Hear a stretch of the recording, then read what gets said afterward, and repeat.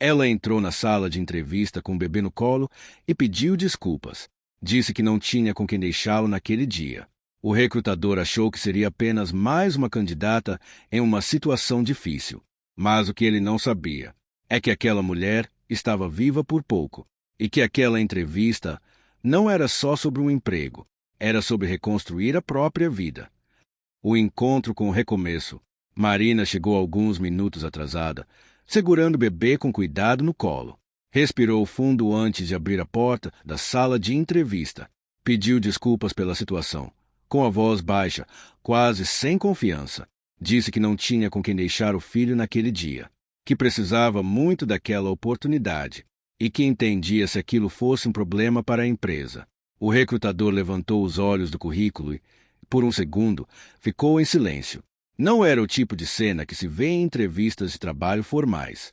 Havia ali cansaço, mas também uma determinação difícil de explicar. Marina mantinha a postura, mesmo com as mãos levemente trêmulas. O bebê dormia, alheio ao peso daquele momento, e a sala parecia pequena demais para tudo que aquela mulher carregava. O que ninguém naquela sala sabia é que aquela entrevista não era apenas um passo profissional. Era o primeiro teste de uma vida que Marina estava tentando reconstruir do zero. Cada resposta que ela dava carregava mais do que experiência de trabalho. Carregava noites sem dormir, decisões difíceis e um medo que ainda não tinha ido embora. Sentar naquela cadeira já era, por si só, um ato de coragem. E aquele pedido de desculpas escondia uma história que quase ninguém conseguiria imaginar. O passado que ela não conta no currículo. Poucos meses antes daquela entrevista, a vida de Marina era completamente diferente. Ela ainda dividia a casa com alguém que dizia amar, mas controlava cada passo. As discussões eram silenciosas no começo, depois passaram a ser constantes. O medo foi se tornando rotina, assim como as tentativas de justificar o injustificável. Marina acreditava que aquilo iria passar. Acreditava que, de alguma forma, poderia consertar o que estava quebrado. Naquela noite, a discussão saiu do controle de um jeito que nunca tinha acontecido. O tom de voz mudou, os gestos ficaram mais agressivos, o ambiente se tornou hostil. Marina percebeu que não estava mais discutindo, estava em perigo. O bebê chorava no quarto ao lado e aquele som a trouxe de volta à realidade. Não era mais só sobre ela. Era sobre sobreviver para proteger quem dependia dela. Ela saiu de casa com o que conseguiu carregar em poucos minutos, sem planos, sem dinheiro suficiente, sem saber para onde iria. Teve medo de não conseguir, medo de estar errando, medo de ser julgada. Mas pela primeira vez em muito tempo, escolheu não ficar. Buscou ajuda, aceitou apoio, enfrentou a vergonha que não era dela e deu o primeiro passo para romper o ciclo que quase custou a própria vida, reconstruindo do zero. Os dias seguintes foram mais difíceis do que Marina imaginava. Não havia conforto, nem estabilidade, nem garantias. Havia noites em que o bebê dormia e ela permanecia acordada, em silêncio. Pensava no futuro, no medo de não ser suficiente, na incerteza de tudo. Mas, mesmo exausta, havia uma nova sensação surgindo aos poucos. Uma mistura estranha de dor com esperança. Marina começou a aceitar qualquer ajuda que aparecesse.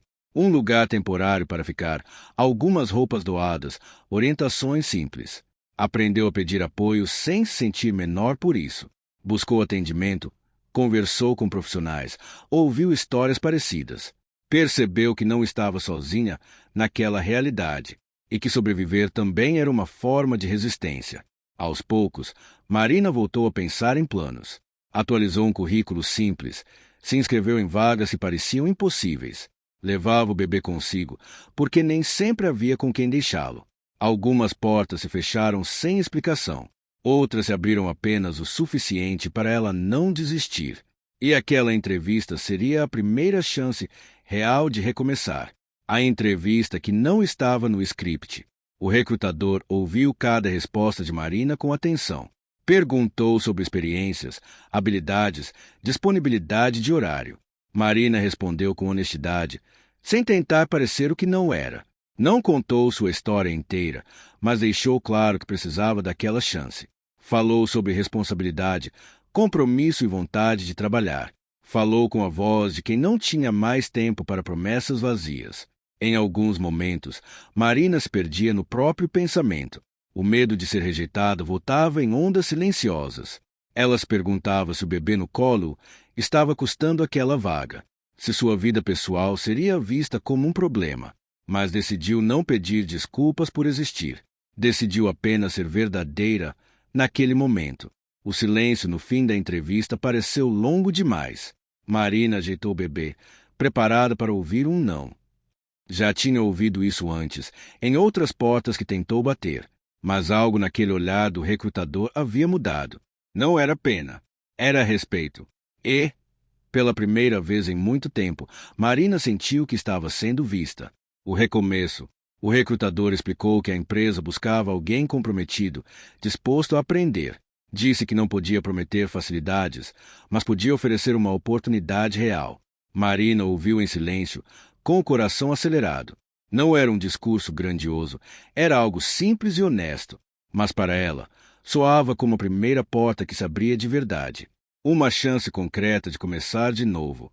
Quando saiu da sala, Marina sentiu o peso nos ombros diminuir um pouco. Nada estava resolvido e o caminho ainda seria longo.